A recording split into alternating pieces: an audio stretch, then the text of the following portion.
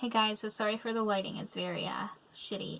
I guess this is where it's pretty late, or actually very late. I'm usually in bed by now every night, especially on school nights. It's not a school night, but I'm always in bed like at 12:30, and it's currently 1:11 in the morning. So yeah, school nights I'm in bed 11:30 unless I get really tired before then, which isn't very often. And then nights like these, like weekends, or I don't have class until like 9:30 or later, I'm in bed at around 12:30, and then I'm on my phone until like 3:30 or until I fall asleep if I go to sleep before then. Anyways, this week I am doing my reaction to the top 10 NXT moments. I believe this past week was the Great American Bash, which I never got to see, but I heard it was amazing. And I heard Tegan Nox returned. I think that was this week. And also, her and Shotzi Blackheart debuted on SmackDown for last night. So I'm very excited about that. Love those two queens. And I, like, literally when Tamina and Natalya came out, they, and WWE said last night when they came out, they said, a tag team we've never seen before is making their debut tonight and challenging the women's tag team champions, Tamina and Natalya. And I'm like, okay, so the only people I can think of right now was The Way, Candice LeRae and Indy Hartwell, and Robert Stonebrand, which is, I can't remember her last, I can't remember her last name, but I can't really pronounce it, but Jessie and Aaliyah. So those are the only two tag teams I could think about. It never came to my mind Shotzi Blackheart and Ember Moon. It wasn't even Ember Moon. It was Shotzi Blackheart and Tegan Nox. So, but I was still very happy, and because like I said, love Tegan Nox and Shotzi Blackheart, two of my favorites in NXT. So I'm really hoping that they stay on SmackDown, because they did win their match against the Women's Tag Team Champions. So I'm really hoping that they do stay on SmackDown. But if they don't, it's okay. At least I'll still get to see them wrestle on NXT. But I'm actually hoping they'll stay on SmackDown. But anyways, like I said, this week I'm doing my reaction to the top 10 NXT moments for this past week, July 6th. But before I get into it, I do want to give a shout out to my boyfriend Isaac. Yes, we are back together. We got back together last Sunday, wasn't it? Yeah, I think so. And our anniversary is coming up soon. Now, you might be saying you are on a break, you were broken up since April, so how are you having a 1-year anniversary already? We technically did not. Okay, yeah, we broke up in April, but it wasn't really a breakup for me, really, because we still talked, we still called each other babe and honey, like we do while we're dating.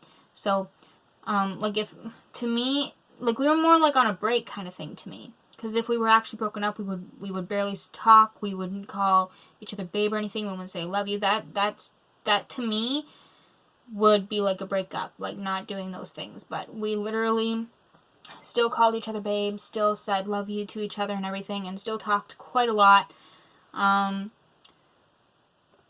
So technically we were just on a break. Not really a breakup, if that makes sense. So we're still celebrating our 1-year anniversary on July 17th, because we started dating on July 17th, 2020. So, yeah, to me, it wasn't really a breakup. It was more of a break. So, that's why we're still celebrating our 1-year anniversary. Anyways, so he gave me this bracelet. I don't know if I showed it to you guys in last week's video, but even if I did, I'm going to show you again, because I'm literally obsessed with it. So, basically, it's hard to, like, get it, but it has like half a heart as a charm, and so and he has the other half, so whenever we see each other, we'll put, because these are magnetic, so whenever we see each other, we'll put the two halves of the charm together, and it'll make a full complete heart. So that's really cute. I'm obsessed. So anyway, so I'm just going to get right into, also love you Isaac, and I miss you a lot. So now I'm just going to get right into my NXT moments, because if I don't, I will never get this video done and end up going to bed. So let's just get right into it. Of course, I have to turn it down, because copyright is just dumb.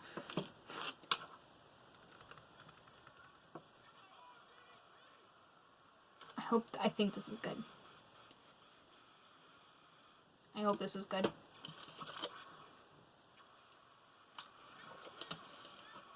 Yeah, this was Great American Bash. Black Heartbreaker. Yeah, I heard MSK won that match. And I heard it was a great match.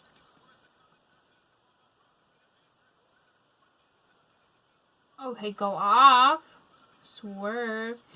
Also, congratulations, Isaiah Swerve Scott, for winning his first title in WWE. Or in NXT. I'm actually a really big fan of Hit Row. Although I haven't seen much of them, but what I have seen, they're amazing, and I'm a fan.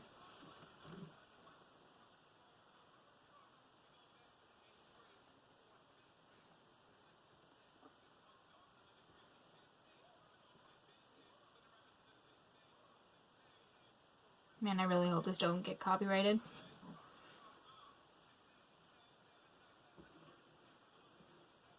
I'm gonna turn it down just a little bit more, just in case.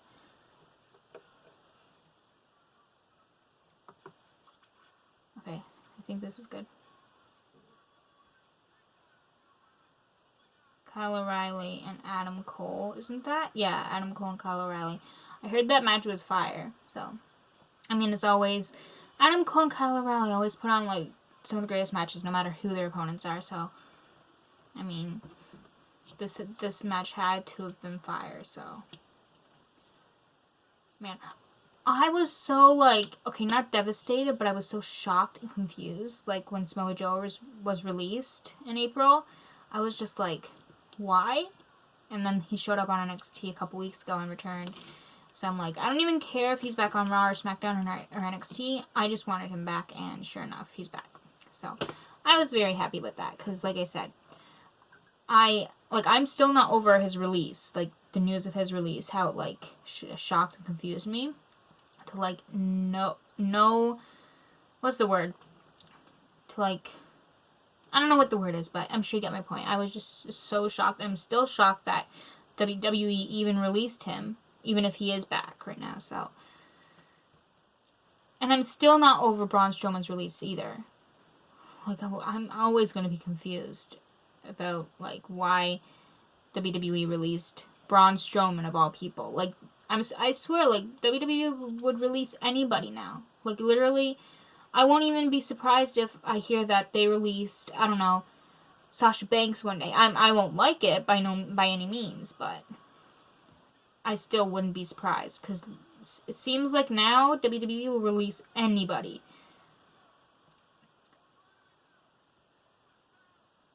But like I said, I wouldn't want Sasha Banks to be released, or anyone for that matter, because that's like I was thinking about it tonight too, while watching the ESPYs, like, I'm still not over Braun Strowman's release, like, and then I saw people on Twitter being like, I really hope you get released.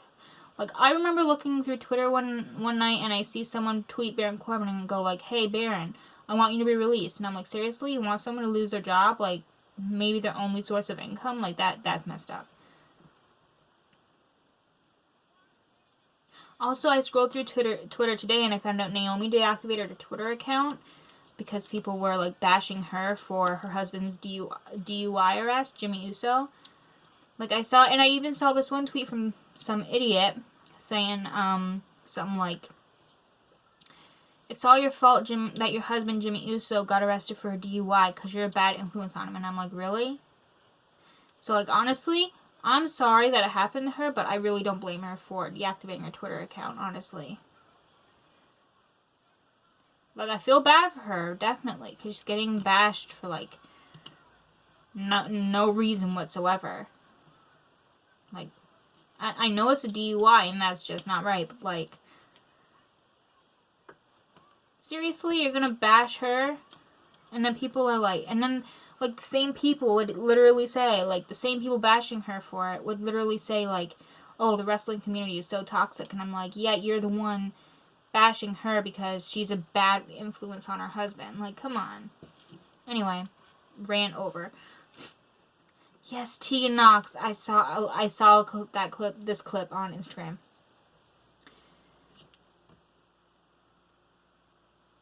Still very happy about this.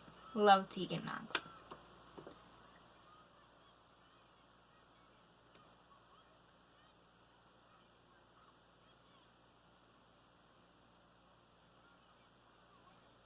So I'm guessing this was how the Way lost their titles to Io Shirai and Zoe Stark. Congrats to them, by the way, for winning the titles. Can I just say, though, I loved Indy Hartwell's and Candice LeRae's gear at Great American Bash. Like, purple, I love that color. Like, blue is my favorite color, but, like, I really like the color purple, too. So I'm a big fan of not only the Way as wrestlers, but I'm also a big fan of Candice and Indy's gear in NXT this past week.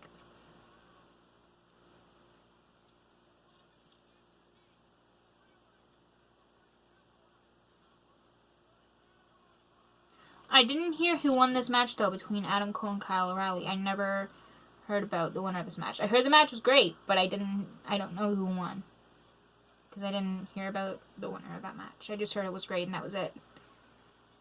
Okay, Adam Cole won. I mean, I didn't care who won that match anyway, because, like, Kyle O'Reilly and Adam Cole are, like, two of my favorites in NXT right now, so I definitely didn't care at all who won that match. I know the match would have been fire, so I didn't really care who won the match, because, like I said, love those two.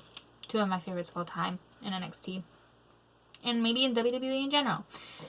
Anyway, so that is it for this week's video. If you guys enjoyed it, give this video a thumbs up and subscribe if you'd like to see more WWE content from me. And I will see you guys next week for my Money in the Bank predictions. I am so excited. Also, Liv Morgan's in the Money in the Bank this year.